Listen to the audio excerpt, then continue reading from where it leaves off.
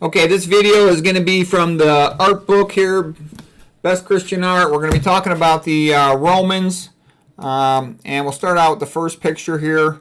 The Romans sort of went through three phases. First they had like a monarchy, then they had a republic, then they had an empire. And this right here was Tarquin, part of the ruling family of the monarchy, who took advantage of this woman Lucretia, and she subsequently informed everybody on what he had done, and then she committed, hara-kiri, okay? So the relevance of showing you that is that helped to overthrow the monarchy and put an end to that phase in Rome. And the people of Rome really did not like monarchies, okay? So they're very big on not wanting monarchies. The other thing about the Roman Republic, like republics in general, are very sort of proud. They do have a strong sense of honor, and this was ingrained into the minds of the young Roman men. This is Horatius defends a bridge. So Rome was about to be sacked by the Etruscans, and Horatius, saw what was happening, and the Roman sort of fix-it men needed a little time to disassemble the bridge so they could prevent the Etruscans from invading Rome and sacking Rome. So Horatius, by himself fought off a bunch of Etruscans and delayed their advance so the bridge could be disassembled. Then Horatius jumped into the water. And this idea of heroic behavior to save the group was ingrained into the minds of the Romans. So the Romans were very brave, sort of noble and soldiery back in their republic phase.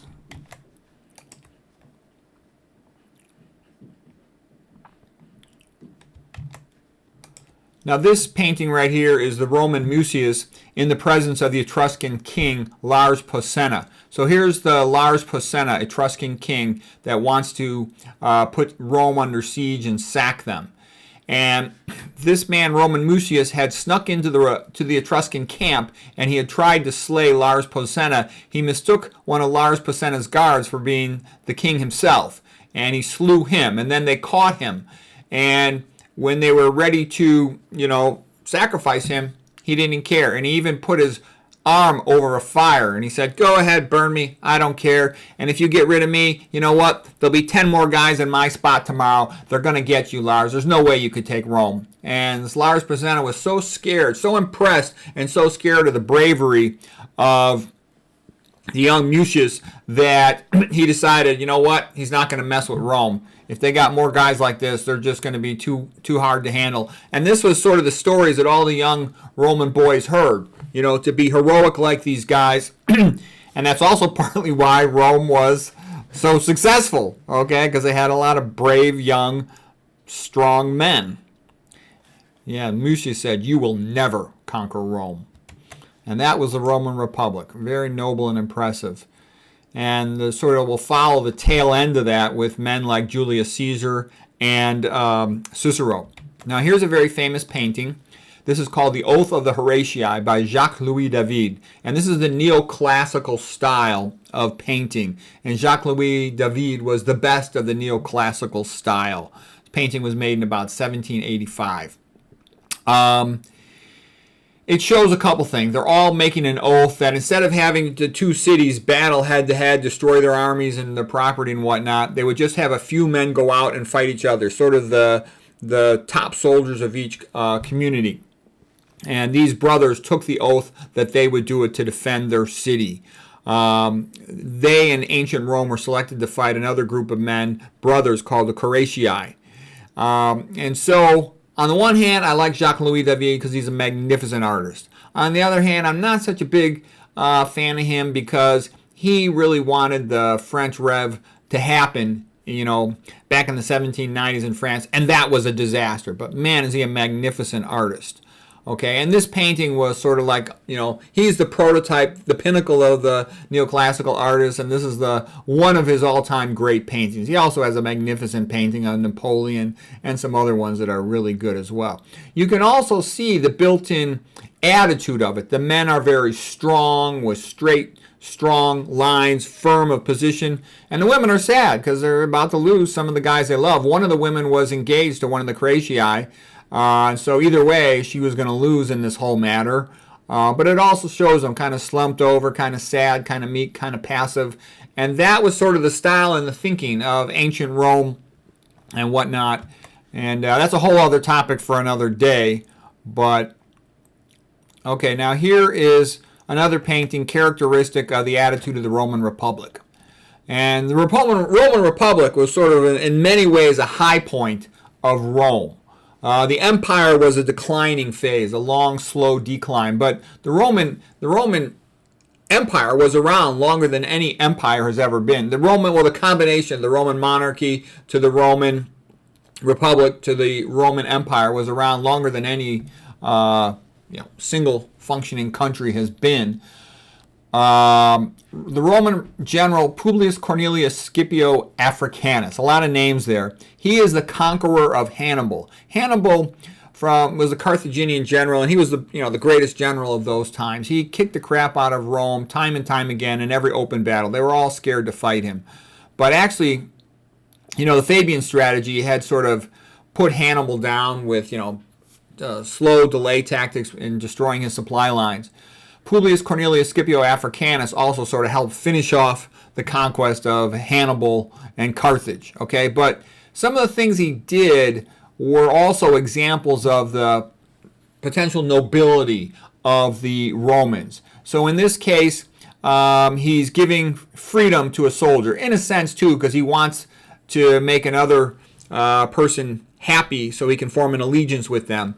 But this was the noble mercy of Publius Cornelius Scipio Africanus. A lot of titles there for the great general.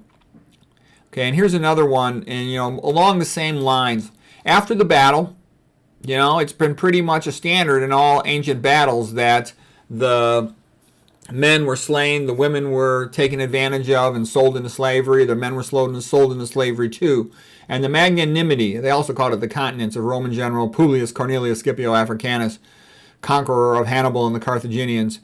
This painting by Jean Restal, he's a magnificent painter. So anyways, they found the most beautiful woman, and they brought her to Scipio, that was his prize, okay? And you've seen the same pattern in the Trojan War, in the Iliad. Agamemnon had his concubine, as did Achilles. Okay, so she's a trophy, and Scipio finds out that she is engaged, and their fiancé is still alive. So here's her fiancé, here's the woman, and Scipio, to show his magnanimity, he gives the girl back intact, back to her fiancé.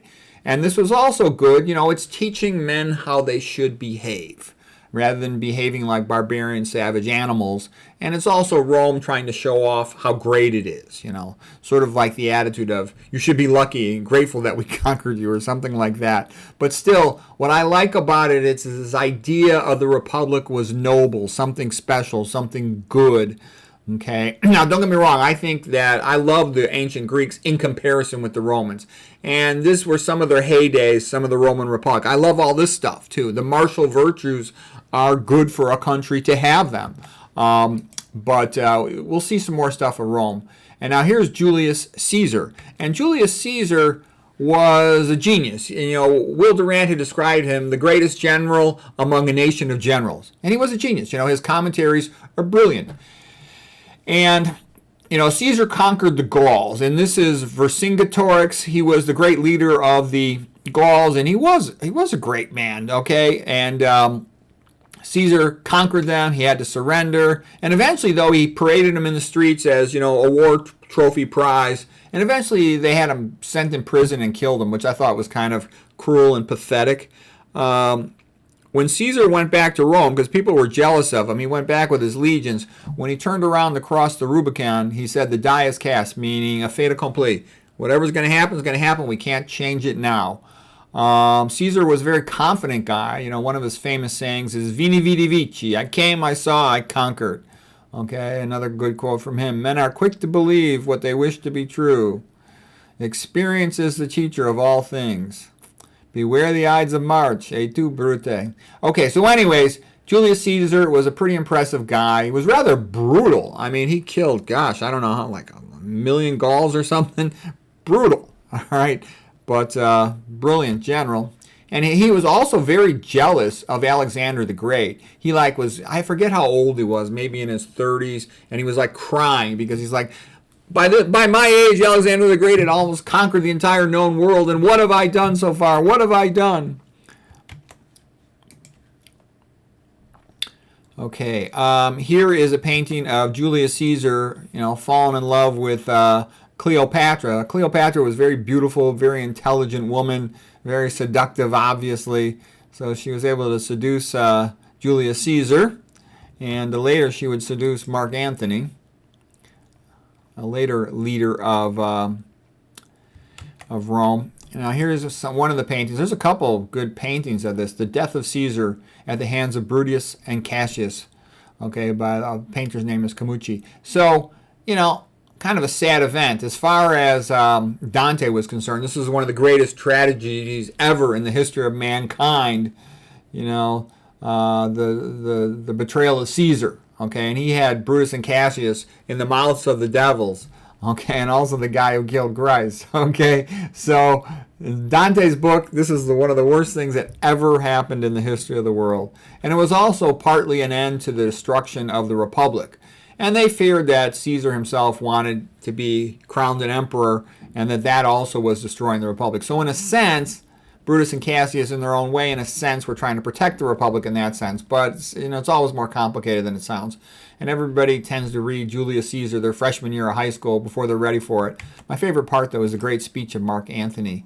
I hope I got a painting of that. I don't know if I got a painting of that. No, I don't think I do. I wish I did. I didn't get all my paintings in here. And initially, I could only make this book a certain number of pages. 590 pages was my limit that I was allowed to make it, because I could have made it a lot longer. But I basically put all the best I could into a book up to that many pages. Formatting the pictures was the big challenge. Okay, now here's Cicero's speech in Rome.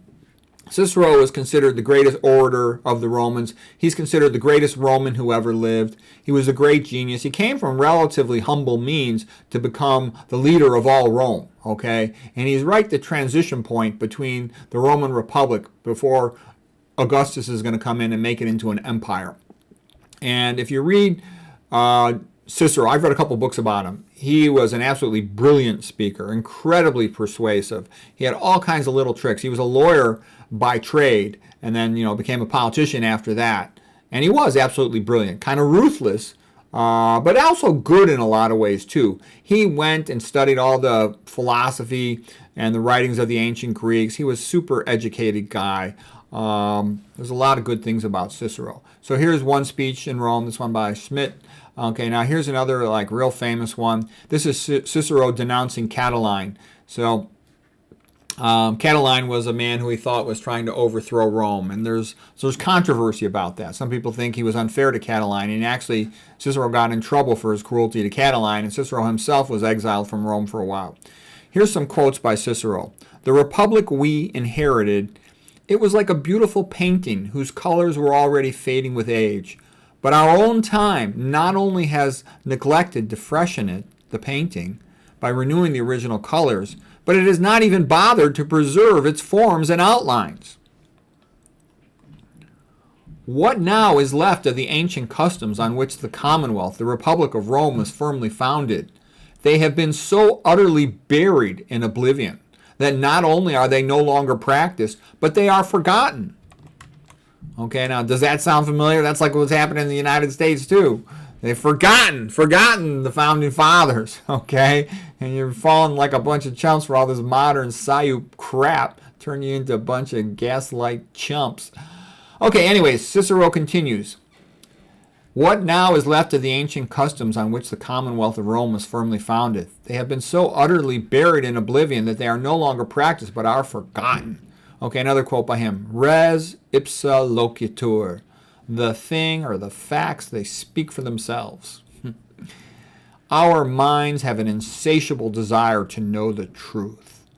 Rhetoric is speech designed to persuade." So the highest thing you could be was a great speaker in the ancient Roman days, okay?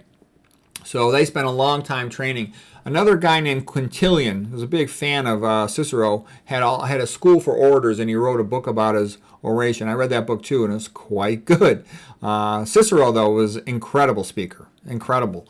Here's Cicero's advice. Read at every weight. Read at all hours. Read with leisure. Read as one goes in. Read as one goeth out. The task of the educated mind is simply put. Read to lead. Readers are leaders. Okay? And, the Romans had their libraries, and, one sign of a noble aristocrat, high status, was to have a library in one's home. Cicero continues, nothing is so unbelievable that oratory cannot make it acceptable. Another famous quote by Cicero, cui bono, who benefits? A lot of times when you want to see who's behind something, who benefits? They're the ones that are pushing it. Okay, Cicero continues, the best way to convince others is to first convince yourself. He is the best orator who teaches and delights and moves the minds of his hearers. And then when he's criticizing a junior orator, he says,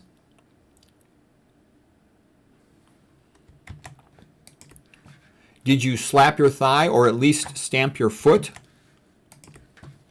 No, in fact, so far from touching my feelings, I could scarce refrain from going to sleep then and there. Humans are fundamentally ruled by their emotions. He had all kinds of tricks for stirring up emotions in the jury, in the audience, okay? Okay, the orator has three functions, to teach, to please, and to move, okay? And it's kind of like Voltaire's quote, it is not enough to explain, one must also seduce. So to be a good speaker, the great speakers make it an emotional event. Okay, Cicero continues, emotion is the most important thing. Emotion is the most important thing. Rhyme is a magnet for the ear.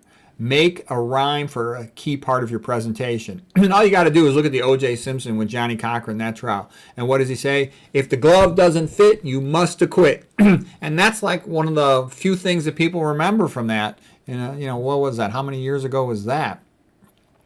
Okay, Cicero also says, repetition of key points gets the audience to believe it. Whatever it is, the more you repeat it, the more they believe it. Yep, that's another point too. That's like with all the public chumps, you just repeat some gaslight slogan and they believe it. Okay, Cicero continues, friendship doubles our joy and halves our grief. He lived from 100 to 43 BC. Excuse me. Okay, here's a painting of Mark Antony and Cleopatra. And Caesar had really criticized Mark Antony a lot, and that made Mark Antony hate Cicero, and he later came back and got revenge on Cicero. Mark Antony also fell in love with Cleopatra, and you want to talk about somebody who was pee-whipped. Mark Antony is one of the most pee-whipped leaders ever in the history of the world, and he basically made a fool and a chump out of himself. Okay. Interesting story. All young men should know that story because it'll help them not to be chumps. Okay, so then there later was the battle between, so after Julius Caesar was killed by Brutus and Cassius, there was then the question of succession. Who was going to be the new leader of Rome? One faction was Mark Antony, and then there was Octavian Caesar, who later became Augustus, adopted by Julius Caesar. And there was a battle of Actium, and basically Mark Antony sort of paid more attention to Cleopatra than he did to his own men, his own seamen, and that was contributed to him losing that battle. And things did not go well for him after that. And Augustus Caesar took over, Octavian Caesar. And here's a great statue of him. And Octavian was a super smart guy. He knew how to rule Rome. He basically let people keep their titles and keep the names of things, but he just took all the power, largely ruling things behind scenes, sort of the deeper control, if you will. But he was running the show. He was basically like a king, but he did things in a diplomatic way that people were still happy and felt more independent than they really were. Okay, another very nice statue there. Okay, and then there is the story of Aeneas, okay, written by Virgil. And this was to write the history of Rome. And of course, some of it's apocryphal, and Virgil put it all together, but he was connecting the Romans to the ancient Trojans, sort of giving them a noble sense of their own history. And Aeneas fled burning Troy, okay? He helped carry his father out of burning Troy. I think I showed you that painting earlier.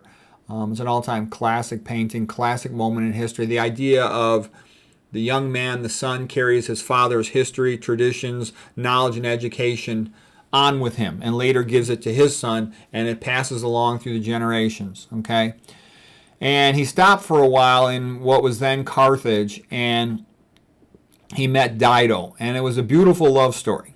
Okay, I can remember reading this when I was a freshman in college. They had a class at Stanford called, Western Civilization, and I can remember it. I had not read the Iliad before. I had not read the Odyssey. I had not read any of this stuff, or the Aeneid, and so I remember reading this, and they'd fallen in love, but duty calls, and Aeneas had to go on. He had to leave Dido in Carthage and go on to found Rome. And it broke her heart, and she committed suicide, and it was so sad. I remember being sad at that time. Not many things moved me as a young macho wrestler guy, but I remember how sad this was, because she genuinely loved the guy, and he loved her too, but he loved his sense of duty and his destiny more, and he deserted her. I thought it was kind of cruel, but anyways.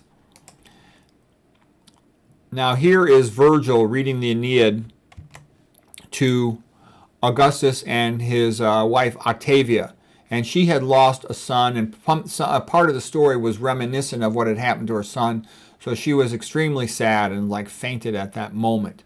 But this is all the history of Western civilization. You want to look at the greatest book of the ancient Greeks, sort of the story is the Iliad and the Odyssey, the Idiot and the Oddity, and the greatest of the Romans was the Aeneid. Okay, and it is a rather spectacular book. It's not as sort of wild and crazy as the Greek stuff, but it's pretty interesting in its own way. Okay. Other things people can read is Cicero's quotes. Cicero has the best quotes of any of the Romans. He was the smartest of the Romans. The Greeks had a whole bunch of really smart, literate people. The Romans had a few. Okay, so anyways, here's a painting called The Chariot Race by Jean-Léon Gérôme. And the way I'm doing this is I'm reading from the book. Okay, so from the book, I had to format these pictures so they will fit in the page size. Okay, if I was given a slideshow talk, I could show these paintings bigger. And if you see them, if you see them on the internet, and you got a big computer, you can see them more higher resolution. These are really the masterpieces. And the Chariot Race is a pretty cool thing. And the greatest movie with a chariot race in it is Ben-Hur. If you want to see a great movie about the ancient Romans and the early Christians, check out Ben-Hur. It's magnificent. Charlton Heston is a star, and it's an awesome movie. Okay. I think Charlton Heston is probably the greatest American actor of all time, because you see, what was he in? He's in Ten Commandments. He's in Ben-Hur, and he was in El Cid. He was in a whole bunch of great movies. Planet of the Apes. All right, so now here, let's take a look at the next painting here. This painter, Lawrence Alma Tadema, he painted a whole bunch of scenes of ancient Rome. Okay, and it's just, it's spectacular. The Colosseum, full of people. It's actually a beautiful sight. And Rome was rich because they had their conquest and their taxes from all these nations they had conquered. They ruled the world for a long time. And the paintings are beautiful. Okay, so nice things could happen in the Colosseum with acrobats. But there was also the sad story of, the gladiators, rather brutal. And, this one is thumbs down from the audience there, and perhaps from the emperor as well. So this one by Jean-Léon Gérôme, the French painter. He's a great painter. He painted a lot of classical scenes. By classical, I mean the ancient Greeks and ancient Romans. It's a very famous painting. That was on the cover of the Neurosurgery Journal. That's where I first learned about it. Okay, now here is Arminius. Arminius was a German barbarian tribal leader, and he was a badass. And the Romans were used to kicking everybody's butt, and nobody could stand up to the Romans. They had the best army, the Roman legions, and everywhere they went, they just dominated people. And one of their things was divide and conquer. They'd get different city-states to be quarreling or fighting with each other, and then they would just join the side of one and conquer the other one, and then do the same thing all over again, and just stepwise conquer all these different little city-states. But they couldn't conquer the Germans. And Arminius in particular, he had been a soldier in the Roman army for a while, so he knew the Roman army tactics. He knew how they thought, he knew how they fought, and basically he knew nobody could stand up to them in an open field. So he drew them into Teutoburg Forest, and his men were ready, and they just kicked the crap the Romans. They were led by Varus as a general, and the Germans just crushed them under Arminius. Okay, here's a painting of Arminius with his wife, Thusnelda. There's also interesting stories about her before the Battle of Teutoburg Forest. Okay, so he was one of the all-time greatest heroes of the peoples that stood up to the ancient Romans and were not conquered by the ancient Romans. And there's all kinds of follow-up information about them. They made statues of him and all this other stuff. Okay, so now I'm going to share with you some stuff about this is the last day of Pompeii. The volcano, Mount Vesuvius, erupted, and it came down upon Pompeii. And Pompeii was kind of interesting. I've heard interesting things about Pompeii, that it was a little bit of a scandalous type city. It was a little bit of a Sodom and Gomorrah in some ways. And some people say this was punishment for their sins, that this was a follow-up to Sodom and Gomorrah. Okay. This painting itself by Karl Bryullov, I think he's a Russian painter. And the Russians, like I said, used to be good at painting before they went, commie in the 1900s. All right, and it's a rather spectacular painting, and it totally reminds me of Burning Troy when Aeneas carried his father Anchises out. And this one, I don't know the name of the soldier or the father here, but you can see it's exactly the same type of idea. And it's just a masterpiece. All the complexity of the people in the scene, it's an awesome painting. Okay, now here is one of the later emperors of Rome. This is Marcus Aurelius. And Marcus Aurelius, here he is on his horse, is called the equestrian statue in Rome. And he's considered one of the better emperors. He was very philosophical. He wrote a book called Meditations, all about really Stoic philosophy. He's one of the co-inventors of Stoic philosophy.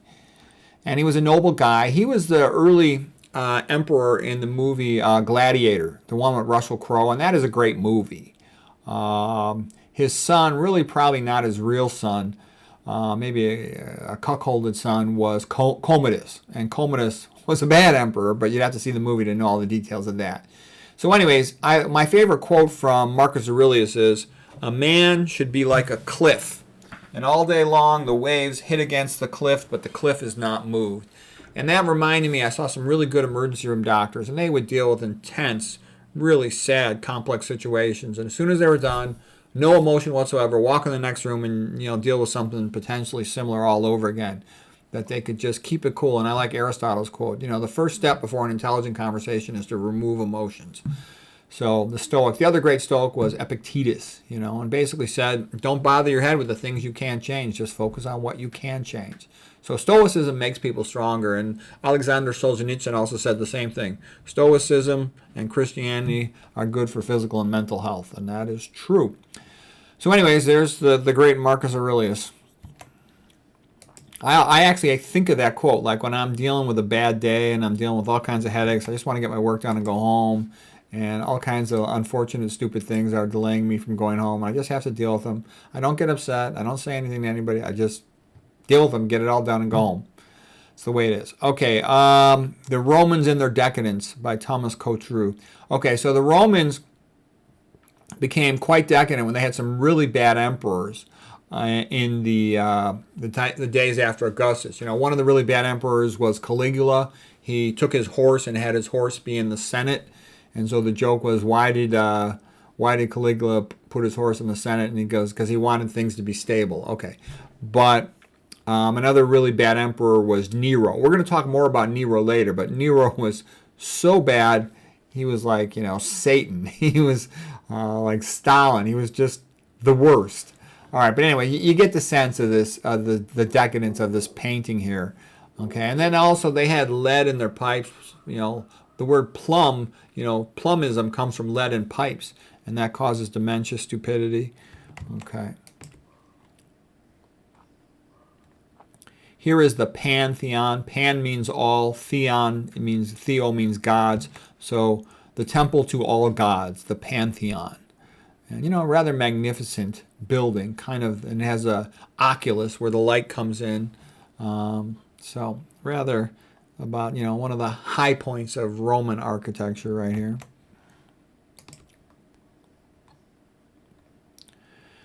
Okay, here's another painting by Jean-Léon Gérôme, 1854, and it symbolizes to me also America in 2024. Basically, here you have the Christ child being born, okay, on one side of the scene. And then up in here you have the Emperor Augustus, Emperor of Rome. And it sort of symbolizes the two directions it could go. Because the Roman Empire, even though there's some high points and some good things, it's largely brutal, okay? There's tons and tons and tons of slaves.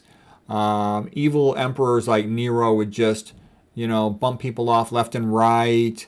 Nero, for example, would do things called a pearl hunt. Like if he thought a woman was pretty, he would send a bunch of his soldiers to just go and kill the family and take the girl for him. Okay, that's called a pearl hunt. Okay, and he did other things like that. Nero, zero morals, no belief. He believed that he himself was a god, thus he could do whatever he wanted to the people. They're just like farm animals that he owned.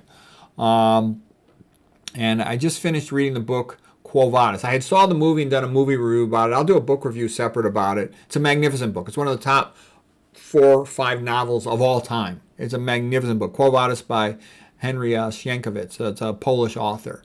And it basically does this too. It contrasts the Roman Empire with early Christianity. And I'll tell you, Christianity is the friend of the little guy. It says we're all equal in the eyes of God, okay? And that we should be nice to each other. We should forgive each other. It protects the little guy. And the contrast of it in Quo Vadis is so strong. It's incredible. You just see these evil, cruel emperors and Romans versus the Christians. There's no comparison. So anyways, this is kind of like the way things are going to go. They're either going to, choose door number 1, slavery and brutality, or you're going to choose door number 2, forgiveness, kindness, benefit of the doubt, helping each other, and all this stuff. I think I'll take door number 2. Oh, here's a great song that I love. It's called, "O God of Earth and Altar, Bow Down and Hear Our Cry." It was from a poem written by G.K. Chesterton. Iron Maiden made a song about that. This guy, Tim Bouchon, I think has the best version of the song. "O God of earth and altar, bow down and hear our cry. Our earthly rulers falter. My people drift and die." It's awesome stuff. Okay. Oh, and that's it. So the next thing will be into the birth of Christ. And I guess that was a good one to end on. So that is the paintings of the Romans. I hope that was interesting.